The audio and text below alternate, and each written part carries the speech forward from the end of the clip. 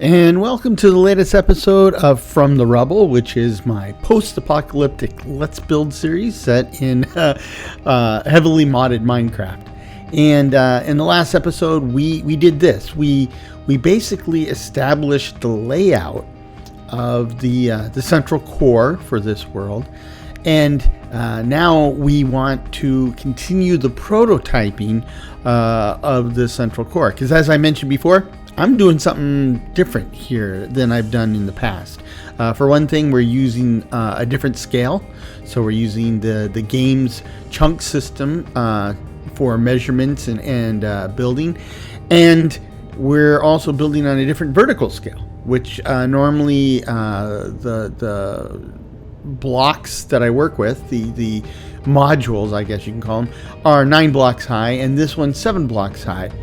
And then to top it all off, we are going to have a roadway that wraps around these 4 elevator shafts. And since it's a roadway, stairs aren't going to cut it. We need something a little more gradual, but it still has to get us up and down 7 blocks in height, and still look good and make sense and all that type of jazz. So I have a lot on my plate. And that's where we're headed. That's what we're doing today. So I basically ran out of concrete at this point. So the next step is to get more concrete. And we were so focused on laying things out and such last time that I really kind of left the whole concrete production thing hanging. Once I get the template done, actually, so I have some ideas in my head of how I could possibly fully automate light gray concrete production. It's a non-trivial task, but considering the scope of this job, that's not a bad idea. It might be worth it. In program management, we call that the return on investment, but I don't have the space for it yet. And part of the idea of the central core is it's going to provide access to all the different levels of the base, and the workshop is toward the bottom. So once we get the template established, somebody's got a bad case of bronchitis, it sounds like. Anyhow, once we get the level template established, we only need to go up a couple more levels, and then that's the workshop level. And I'm hearing something here in my base.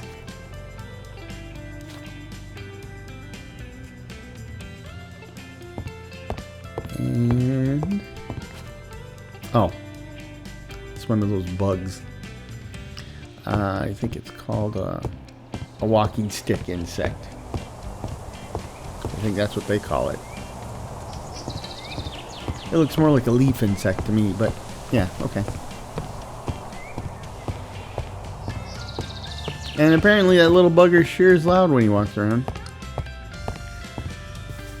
Oh, I'm out of power. It's still chewing on some.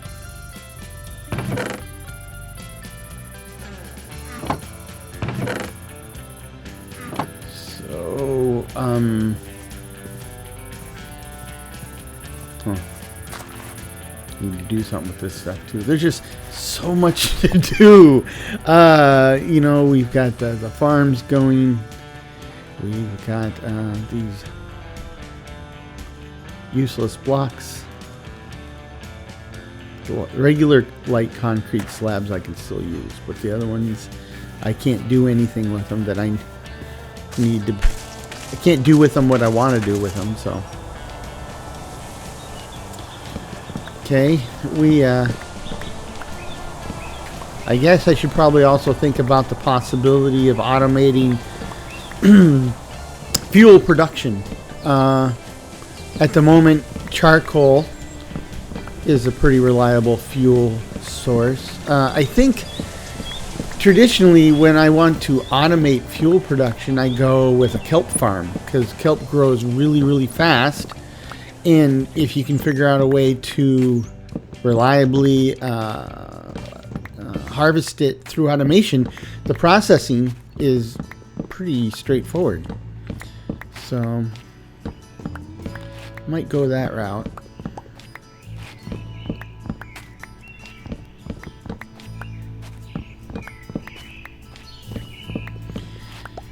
Yeah, I don't know, just so many thoughts running through my head as to what to automate and how to automate it. The good news is that, you know, between the thermal series and create, we have a ridiculous number of options to choose from in how we approach any given technical problem. So yeah, I'm much more comfortable with the create mod than I am thermal expansion or thermal series. But either way, I think we'll be able to find something pretty handily.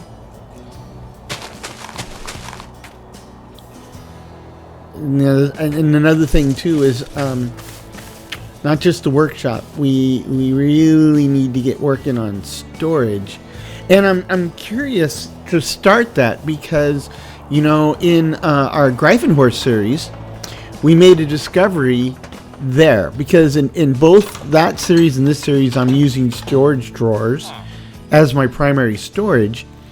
But and in the case of storage drawers, the entire storage network is treated as essentially, logically, a single chest, right? I mean, it's a really, really big chest with lots of storage, but that's how they treat it. And we discovered that when you used the storage interface provided by Ars Nouveau, it seemed to disregard how storage drawers works natively. In other words, in storage drawers, when I put something in a drawer, that drawer is dedicated to that type of item, and I can fill that drawer with only that item. So if I put one piece of cobblestone in a drawer, it's not, you know, the rest of that storage capacity in the drawer is allocated to cobblestone. So if I put other stuff in the system, it won't go in there. But what, and there's another side of that, which is if you throw something in the system and it doesn't have a drawer yet, the system will automatically assign it to the closest drawer from where it entered the system. And I use that in New Londinium to figure out which items I haven't allocated storage for. But in the case of Greifenhorst, we found that when we were putting stuff into the system through Ars Nouveau, through the storage lectern, it just went into the system someplace. And you know, the indication would be that you would go to up and down the rows of your storage drawers, and you would see a storage drawer with a picture of whatever you threw in the system, so that you know it got entered. But in this case, it didn't appear anywhere. But when we open up the interface again through Ars Nouveau, there it was. So there's some experiments I need to conduct on that, and I'm just wondering if, like, is that an Ars Nouveau thing or a storage drawers thing?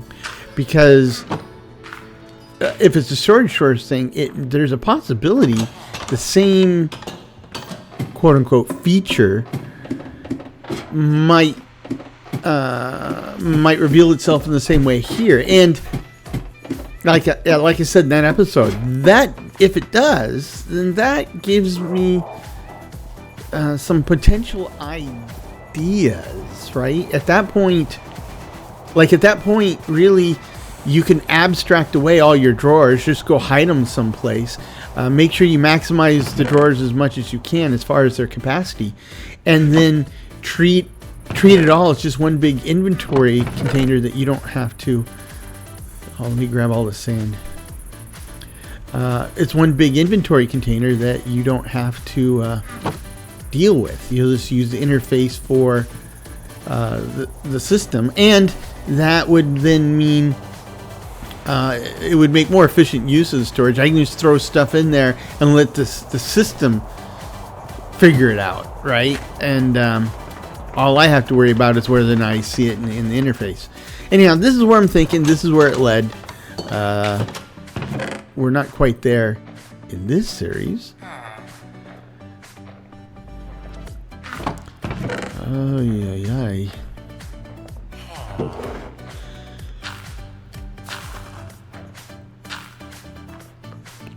So I'm going to need a lot of bone meal. Because you have to color your concrete. You can't just go willy-nilly making concrete without color. I think actually with the thermal series I can make concrete powder that doesn't have a color, but I don't know if I can do anything with it until I add the color. So let's kind of get some housekeeping out of the way, and then I will see how much bone meal I have, and we'll take it from there. Oh, there's not much in there. Not much in there. You know, I just made this one full, so let's grab 16.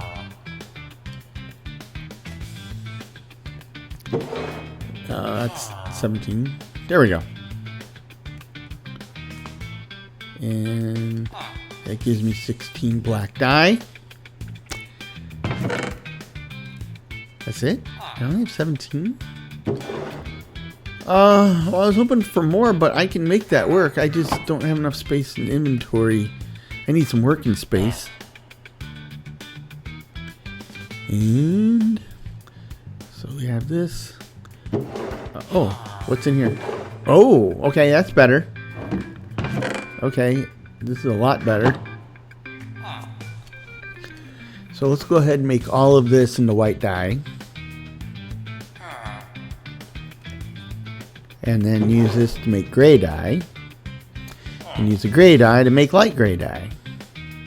And I still have a fair bit of white dye left.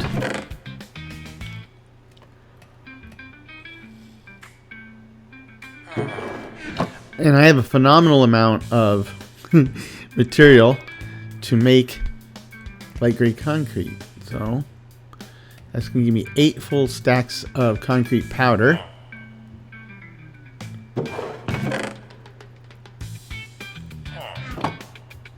Now we just need to cure the blocks of powder into blocks of concrete, and then we'll be good to go for a while.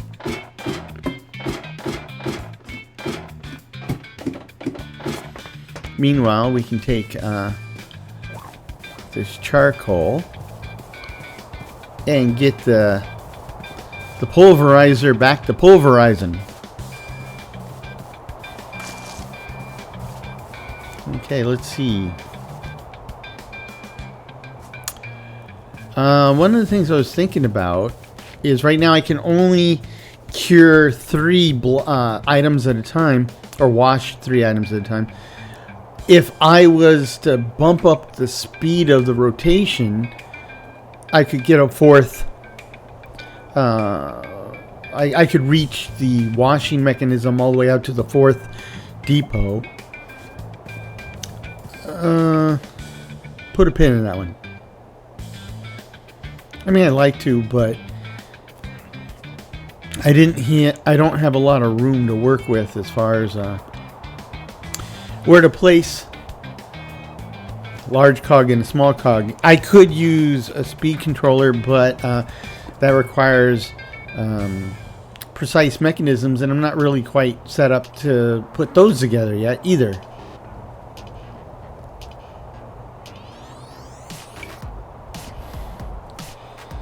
Luckily, this doesn't take long. It's a whole lot faster than what we were doing before, which is going out into the shallow water and laying down blocks of powder to have them instantly cure into concrete. I mean, it was an instant curing, so that was faster, but then I had to place down 64 blocks and then mine 64 blocks, and even with my magic pickaxe, it took a while. This is faster.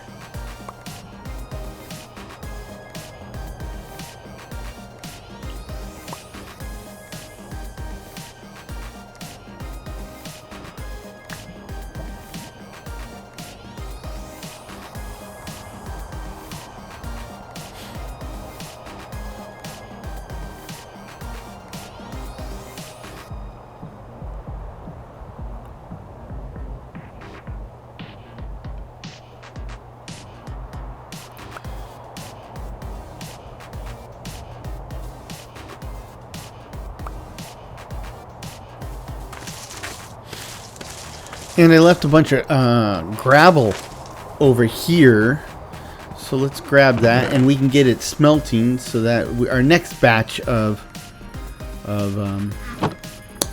concrete will be ready to assemble. And maybe that's just the cadence we'll have for now until we can automate this, which is, you know, 4 full stacks at a time.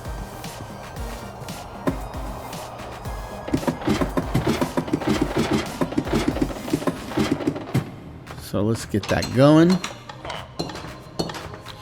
So, you know, you don't normally talk about, oh yeah, I got a batch of gravel in the oven.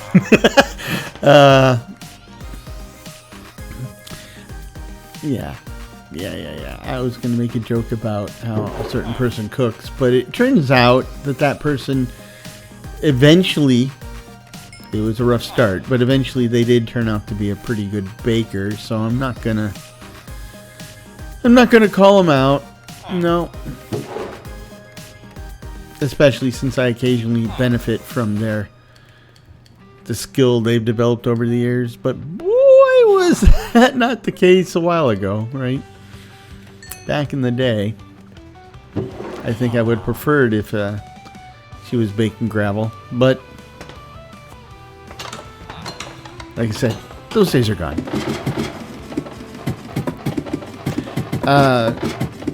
Not to put, you know, if we're going to be going there, be fair, I had my own learning curve to go through too. So, you know, that's the thing. It's best to learn how to cook in private. So your mistakes aren't a subject of conversation for years to come. Okay. So I think the next level up is just a half slab. You know, the problem, I'm going to go through this, all of this, light gray concrete pretty darn fast, because this first level, there's nothing below, so there's no reason to have a ramp that goes down past it. I need to fill up the space.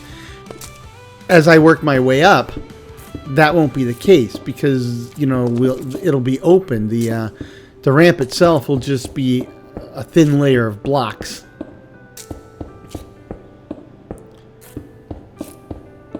And so the most expensive portion of the build is here. And that's too bad. But now I can just put a layer of slabs up here.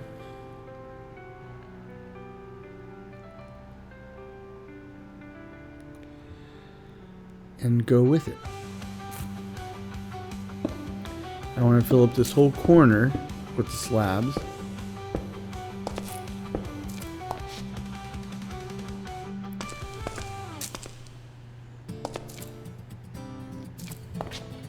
Yeah.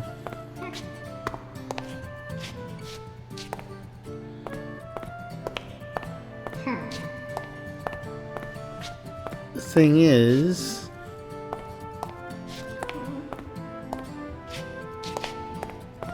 that is a lot of real estate I'm going to have to fill up with blocks. And when I set up the 4 elevator shafts, if you look, I set these 2 in the back to face backwards. My original vision was that there would be, at each level, there would be a set of elevators that face north and a set of elevators that face south. And if I fill this all up, then that bottom set of elevators, the elevators in the back won't reach all the way down because that bottom floor will be filled in. But now that I think about it, I'm wondering if I shouldn't revise the plan and leave it open in the back here on the bottom level.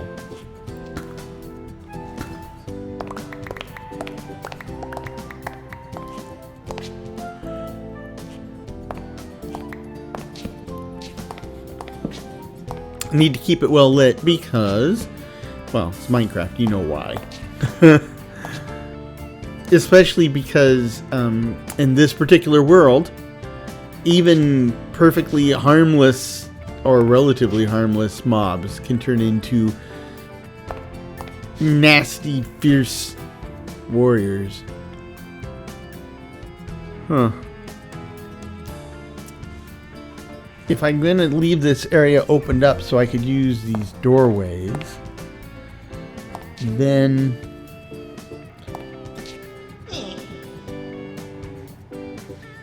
I'm going to need to open up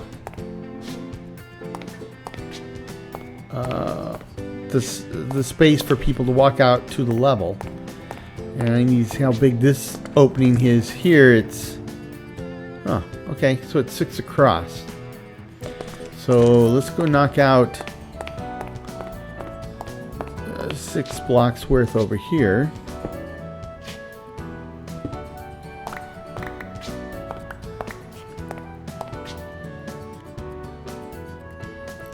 And then that means that this wall that I built is actually going to be those panel blocks, because maybe I can just keep it hollow all the way. So if I keep it hollow all the way, I'll have to mine to the back.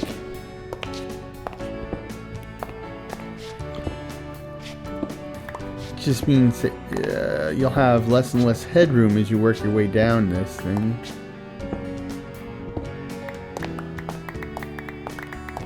But it'll save us a phenomenal amount of blocks.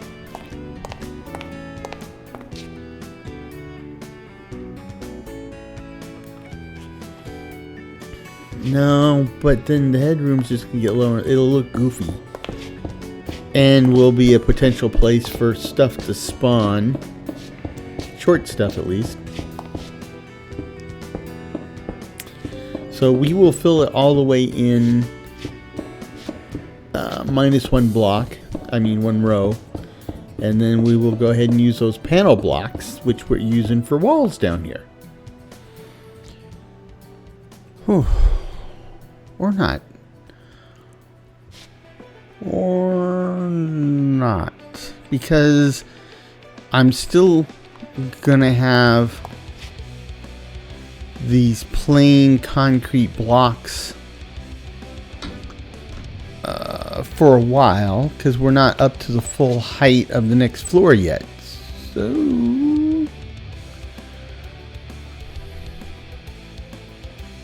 will I want to face them with something else, like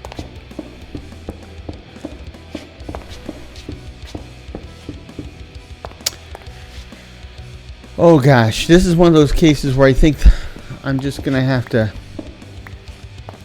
clean that up. I'm just gonna have to kind of go with the plan and see how it looks and then adjust.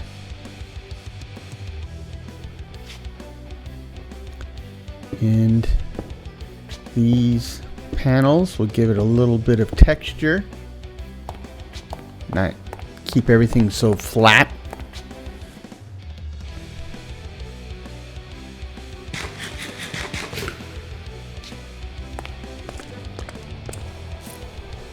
been remarkably quiet, actually. I mean, normally we would have some creature wandering through the neighborhood with one of the sophisticated backpacks that has the jukebox upgrade, and we'd get a ad hoc serenade. But I haven't had that in this particular world, in this particular place. We have had a number of drop-in, literally drop-in visitors, and haven't had any of them. Oops. Need to clear some space first.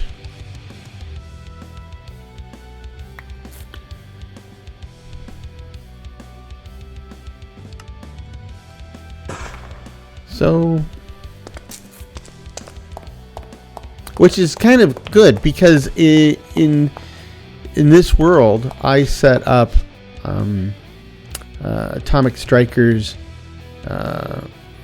Infernal Mobs, and as we've seen in past episodes, it's a real wild card, right?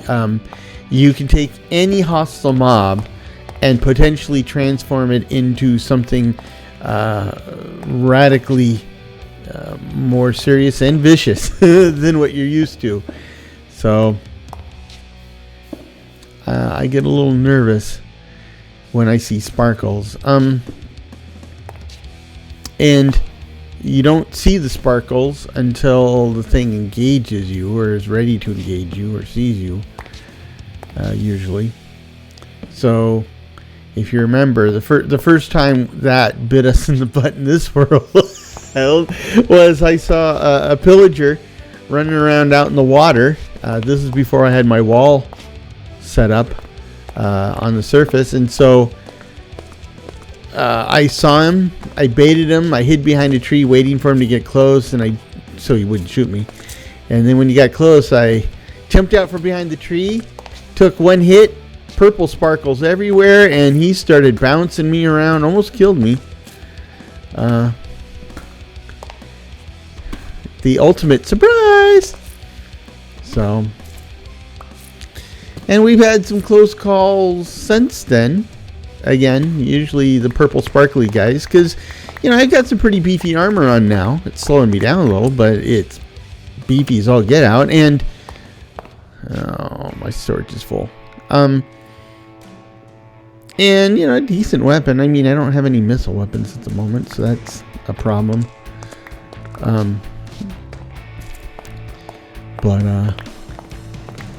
Yep. Nice. But this ramp is starting to shape up, but I'm thinking what I'm going to need to do is we need to clear out some space here and lift the wall up.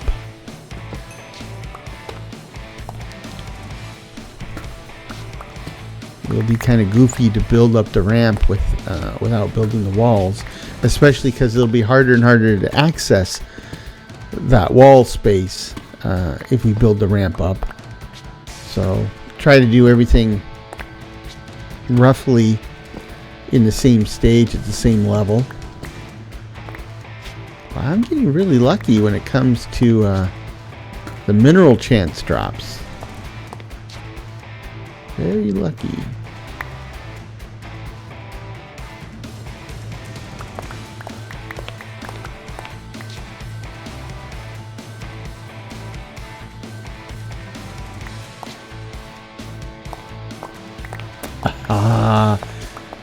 I hear somebody. So I knew I would probably jinx myself if I said something. It's like, like a Lenny and Squiggy moment, right? It's like, man, we've been so lucky. There's nothing going on here. No monsters, no zombies, nothing. Hello.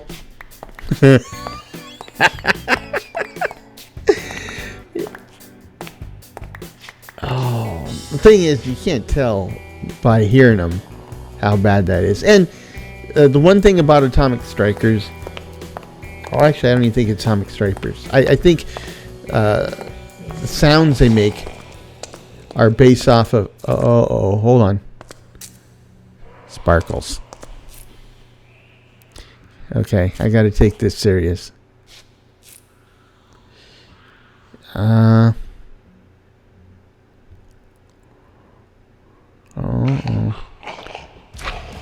Here he comes. There I go. How? What in the? So he lifted me up and dropped me. That's how I got hurt. And then I hit him, and he blew up. Like a creeper, except there was no damage done. Not even to me.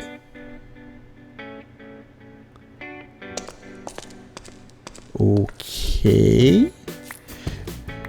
So, for better or for worse, the sparkles in this case just led to confusion. Not necessarily a very uber beastie, but oh my gosh, I just gotta. Well, what I really need to do is I need to get up far enough that we can block off these holes to the cave system above us. I guess you could argue that I could block them off now. Just block off the holes where they're at.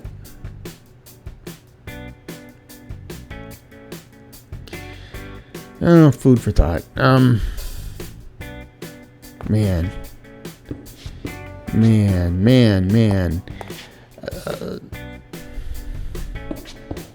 And the thing is Atomic Strikers actually adds a number of abilities for these souped up mods. Souped up mobs, not mods. But there's a problem. I don't know what all of them are. So, I've hit a number of them. This guy exploded like a creeper, except he didn't blow anything up, including me. So that's a lot of sound and flash. Relatively no big deal. But there's one that I fought off, not in this series, but in actually when I was prototyping the mod pack for this series, where the guy was hard to kill. Once I got him down to 0, I'm thinking, oh boy, here we go. You killed him off, but you didn't kill him off. Then he basically comes right back with a full health bar. Now, luckily, the second time I killed him, he stayed down. But, yeah, that was an unpleasant surprise.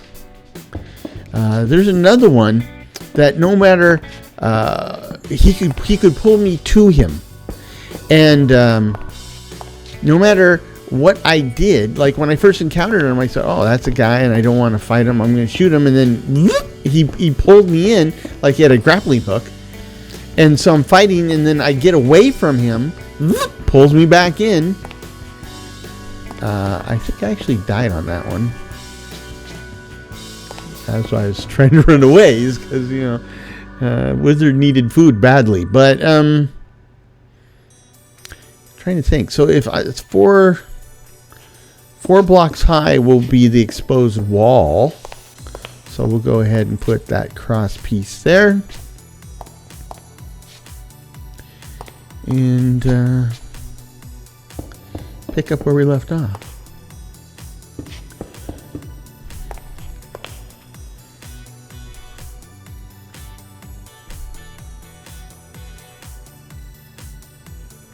I'm going to need some more panels. But piece by piece, bit by bit, the shape of the central core starting to come together. And it's important because like the block textures and the texture, the panels to add some 3D textures up. These are all design elements that we're going to carry forward through the rest of the base. So it's kind of like the whole effort here is definitely like a prototype for what comes next.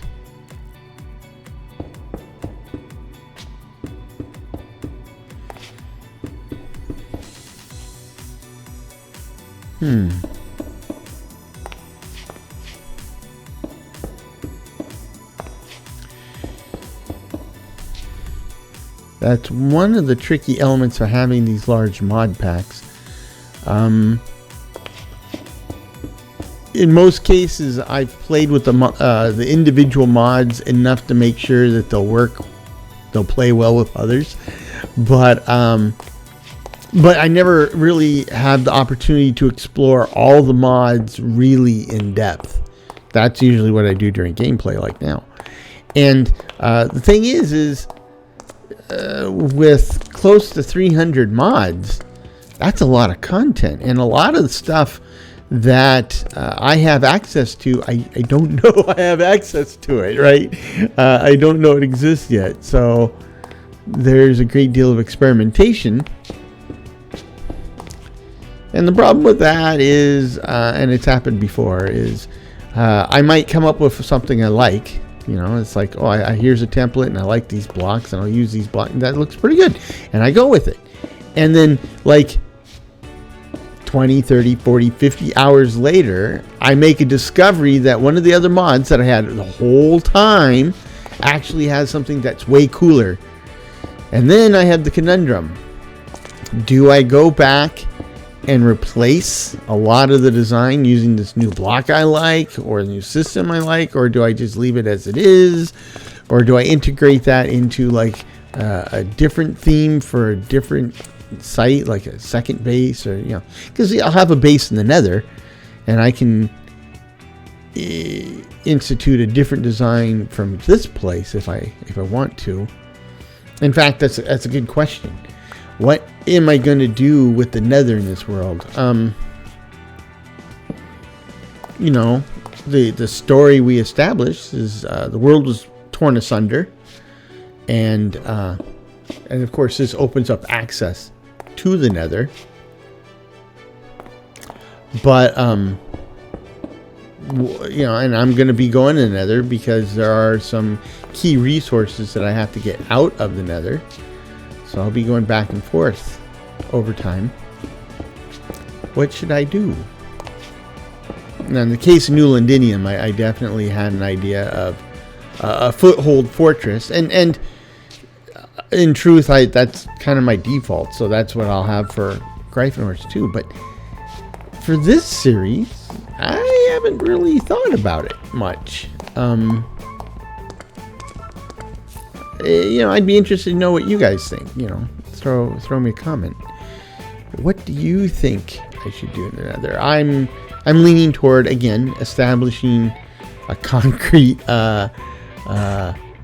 fortress model for a foothold in the Nether, and then to start working on the Nether the same way that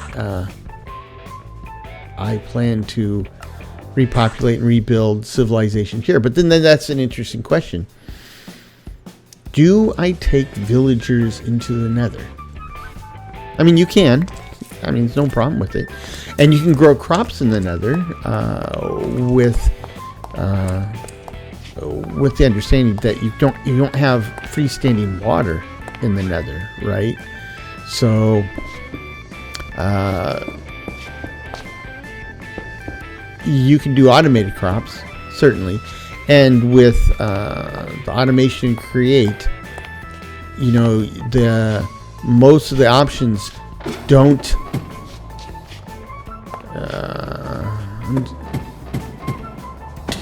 Yeah, I just need to pull out a block and step on it. Most of the options when you're farming with create, right? Most of the farming methods won't require that you harvest something and then replant. And that's the key, right? In other words, it'll harvest, but leave the plant there. And if you don't have the need to replant, then you don't have an opportunity for dry farmland to revert to regular dirt, right?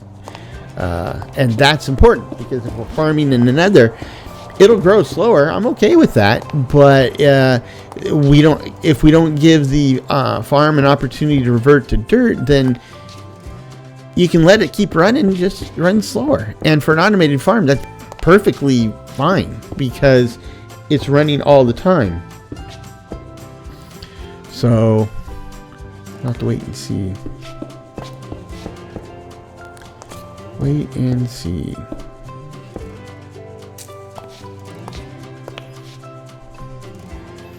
Anyway. What else about the Nether? The question is, will we establish essentially our version of a village, a settlement? Possibly. Do we really need to take the villagers out there? Not really.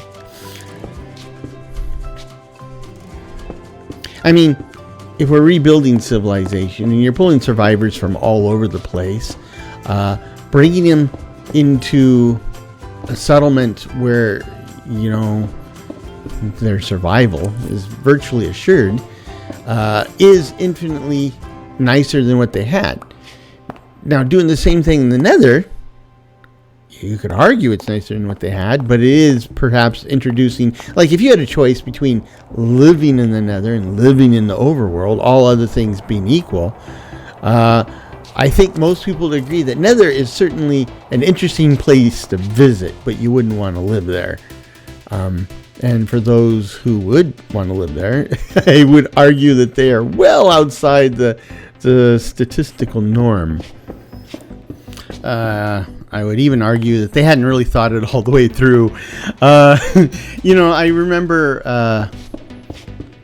oh gosh, a long time ago, when I was first going to college, you know, so this is before I went in the Air Force, but there was a guy who, oh man, he was one, you know, I was going to community college, and this is a guy who was like on his 5th or 6th year of community college. He was one of those guys, he was going to go he probably had a deal with his parents, right? Where as long as he was going to school, he could stay at home and not work. And so he was probably just going to go to school forever until his parents died. But anyhow, my point in all of that is he was a guy who, he was an anarchist, right? I mean, but he only claimed anarchy. I mean, this is a guy who was living in his parents' basement, and when you talked to him, he was fat, dumb, and happy. I mean, you know, that was his whole thing. He had his meals taken care of, and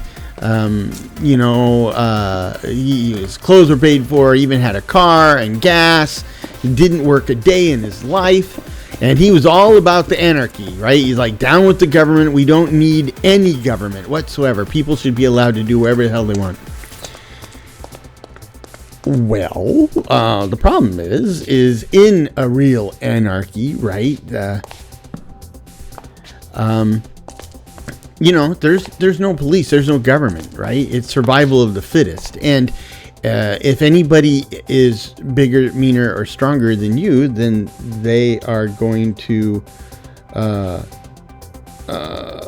basically be able to bounce you around like a rubber ball because there's nothing there to stop them.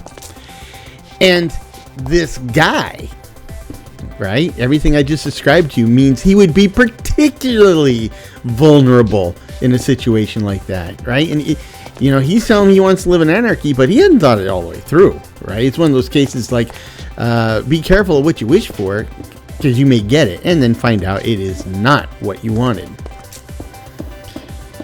Anyway, I don't know how I got started off on that. That's, oh, living in the Nether. Yeah, so, what do you want to live in the Nether? I wouldn't want to live in the Nether.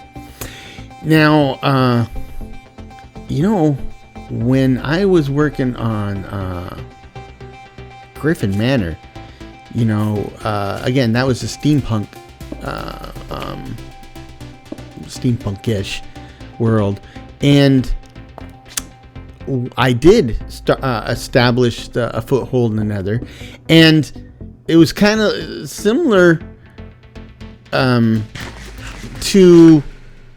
if you look up. Go on the web and look up the Maginot Line. The Maginot Line was, well, a little backstory, right? World War I was a complete slogfest, right? And because, you know, up to that point, armies were kind of like on the move, and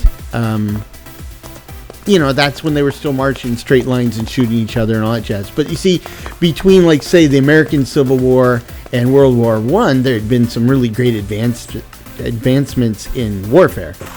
And when World War I popped its ugly head, those advancements came on in full view. And so when you had a bunch of guys lined up and they started walking forward, and the other bunch of guys, they had rifles, right, that had, rifled barrels and machine guns and stuff, and everybody just cut each other ribbons. So, forget that. So now they all dug in and made into trenches, and then that was the slog fest, right? People were living in trenches, and the war, year after year, advancements were measured in half kilometers maybe. I was going to say quarter miles, but it's Europe, so they didn't use miles. But the point being, warfare is very different. It was ugly, it's nasty, it was slow, you couldn't go anywhere. And after World War I, the French thought about that and said, okay, so you just don't let them in the first place, right? And they built the Maginot Line. And if you look, the Maginot Line for World War I would have been awesome. For World War II, not so much, but I'll get to that in a second. The Maginot Line was a line of fortifications, not so much walls, but rather like artillery positions, tunnels, the whole shebang. It was one big connected system that reached from the coast in the north all the way down with the border of Belgium and around. And the idea would be, because they foresaw that if they were going to go to war with anybody, it would come from the east, which is Germany. And so this will slow the Germans down. And if World War I had been the state of affairs forever, then yes, that would have worked pretty good. The problem was World War II was yet, they saw the lessons of the past, especially the Germans, and they said it's all about mobility. And that was the whole idea of the blitzkrieg, right? Is they'll come rushing in and they will be on you and through you before you even realize they're there. So when the Germans kicked off World War II and they came to the Maginot Line, they went around it or over it, and they did so fast. I mean, they did it so fast that the French could hardly do anything about it. The few places where fighting broke out on the Maginot Line, the French were able to dig in a little bit, but it didn't matter. If you kept those forces holed up in that one section of the Maginot Line, German forces just went pouring over the border all over the place.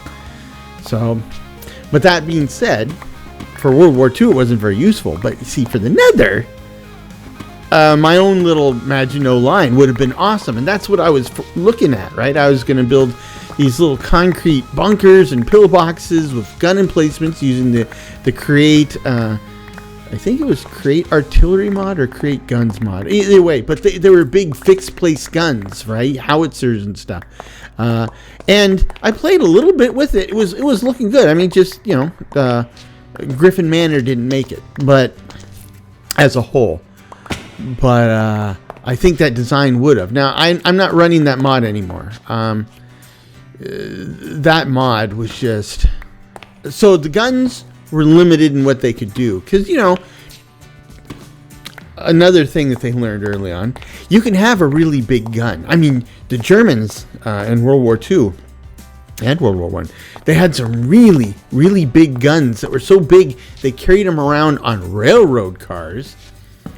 But the thing is it's kind of hard to steer a gun on a railroad car, right? And even when the gun gets big enough, like the Death Star, you don't turn the gun, you just turn the whole Death Star, right? And that's kind of like where they were at with all this stuff. So there's a limit. And that's kind of like the problem we had with that mod is you could have these guns, but the guns kind of you'd have to have so many guns to line up in so many different places. I mean, you could change, the elevation of the gun so that you could shoot further out at a high or closer in. You change the arc, but a lot of those guns, I didn't have the option of moving side to side.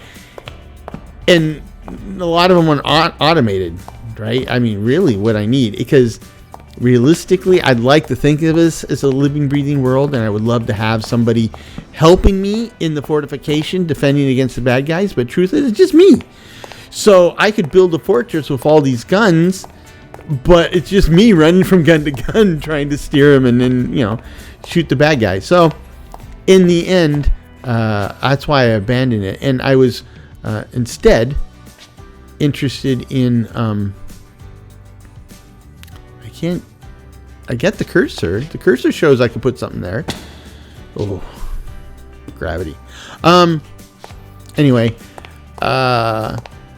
so what I opted more is I forget the name of the mod that I have here, but we will use it once we start setting up proper fortifications on the surface. And essentially, though, what it's done is it's replaced the iron golem. It uses iron golem logic for a fixed place gun turret. So the guns essentially man themselves, which is what I need, what I want. And that'll be good. And they come in different flavors. I think there's a flamethrower turret, which will be particularly useful with these zombie mobs. I keep saying mods. But anyway. Oh, that's a full block. I need not slabs, blocks.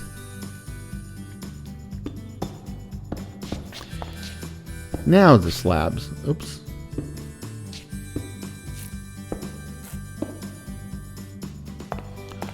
Ah, that's where it went.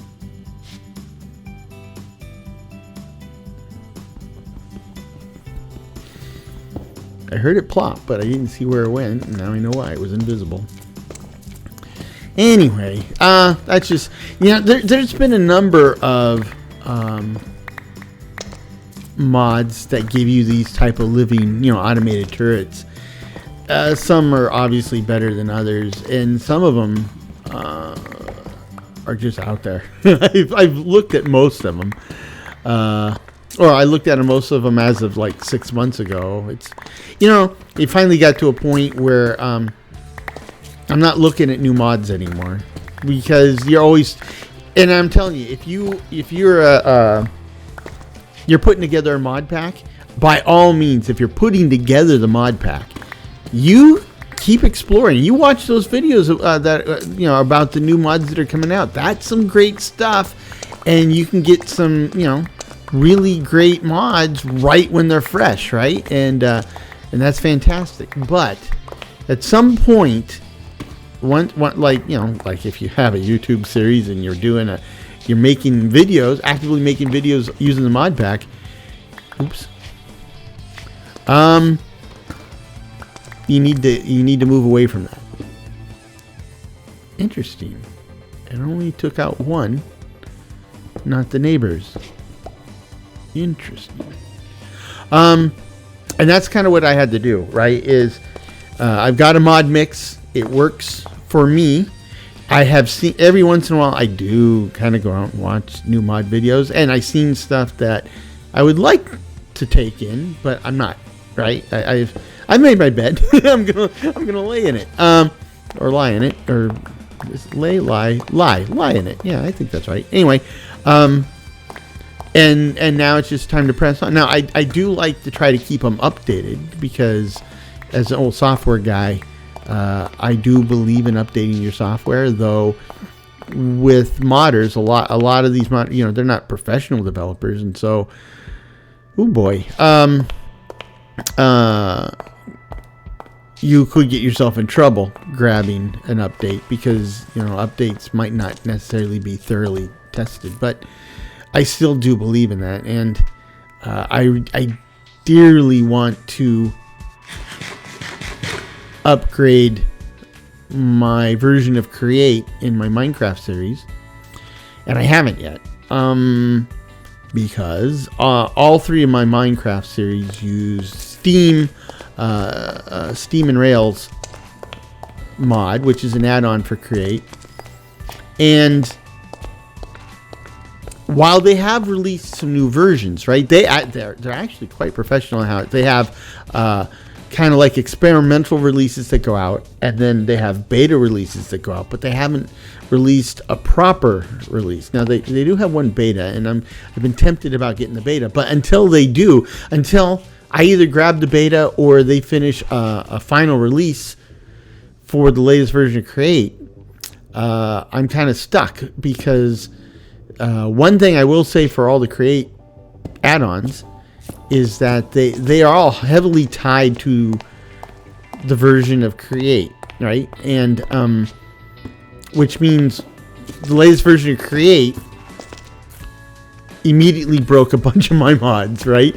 So I couldn't upgrade to it, and almost all of them have updated to the latest version of Create, so they're compatible, but the Seam and Rails haven't. And until I get a version of that is updated that I feel comfortable with, my whole Create ecosystem is kind of like temporal stasis. That's just the way it is. But as I mentioned many, many times, I am quite the Create fanboy, and not so much a fan of Gravity. But I am a Create fanboy, and if I can't play with Create, I probably won't play modern Minecraft even. I don't know if I'd want to play without it, which is quite a statement, because modern Minecraft is pretty awesome. I will definitely tell you this, and I've said it multiple times too. I'm not a big fan of vanilla Minecraft anymore. I mean, I can enjoy it, absolutely, but it gets real old real fast. Even with all the little releases and changes they made lately, because that's the content they're generating for vanilla Minecraft. Most of it I don't find interesting, right? Like the Pale Forest and that tree mob. I don't find that interesting. And the stuff I do find interesting, it's little bits. It's just tiny little bits. I mean, as opposed to you can get a single mod that would give you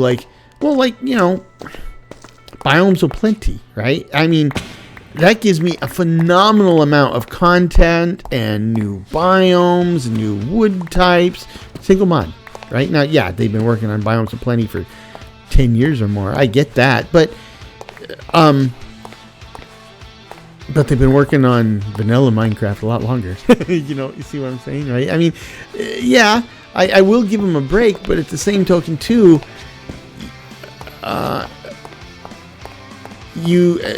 especially when you're talking about a community the size of the Minecraft community, no single company or organization can compete against the totality of the community, right? The community easily makes up an overwhelming advantage in terms of numbers and content. And so if you want to make stuff and put it out there, no problem.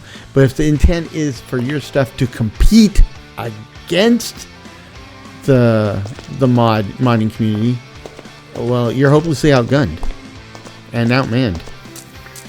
And that's been my point all along, is the Mojang team shouldn't be trying to compete. Here's like the cherry trees. Hey, well, there's 14 different flavors of cherry trees before they added official ones. Any one of them would work, right? So then you... Whoa!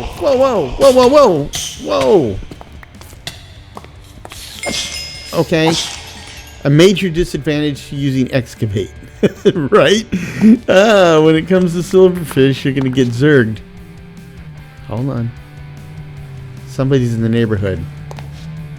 And it's... Where?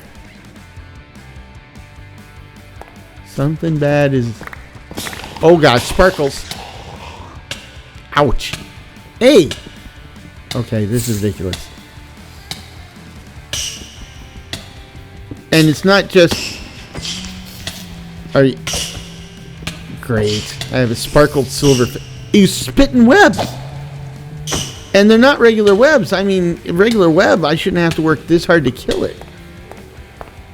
Should I? How many hit points? I gotta look that up. Oh, he's got a bunch of hit points. It's like the Energizer button. Oh, okay, I'm seeing progress. And it's just him. Thank goodness. Holy smokes. Holy smokes. Oh. Okay. I'm gonna have to go get fitted for a pacemaker now. Jeez Louise. Oh boy. I don't even remember what I was talking. Oh, modding community, yeah. Oh well, yeah, I think I beat that horse to death. So sparkly purple bad guys. We were just talking about them today. Man, it's feast or famine. I go episodes without having any combat.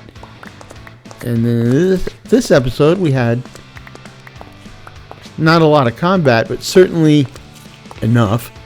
And I've had 2 sparkly purple foes that gave me grief.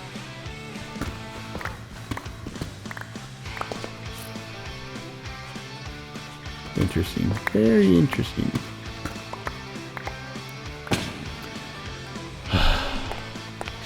Hold on. Here. I'll line it up properly. Whew. It's still riding a bit of an adrenaline high. I mean, it's not like Call of Duty adrenaline high, but you know, it's Minecraft. There are adrenaline highs, and still. Of course, I never ever would have thought that I'm talking about adrenaline high from fighting silverfish, but there you go. Yeah.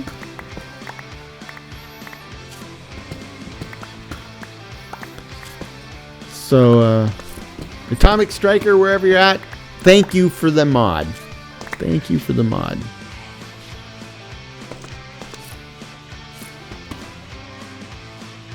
I just realized I probably should have gotten those blocks.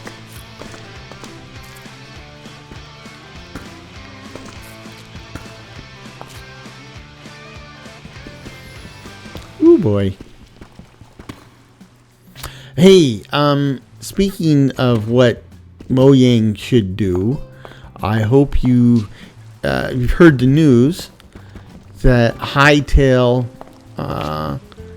is possibly, arguably, probably alive again and on its way. And I'd like to hear what you think about that. I posted a community post on this, but I am cautiously optimistic. What I mean, I've been looking forward to Hightail for years, and more to the point, one of the things I was looking forward to Hightail for Hightail's sake, but I was also looking forward to it because I think it would really kind of force Mojang out of their comfort zone and to start competing and maybe push it toward being a platform rather than, you know, here's a game and here's our content, take it or leave it. Because ultimately I think that's the future of the game, and I do love the game. I've been a fan for years and years and years, so I'd love to see it go that way. That'll keep me playing for years and years and years. But that's still years and years and years ahead.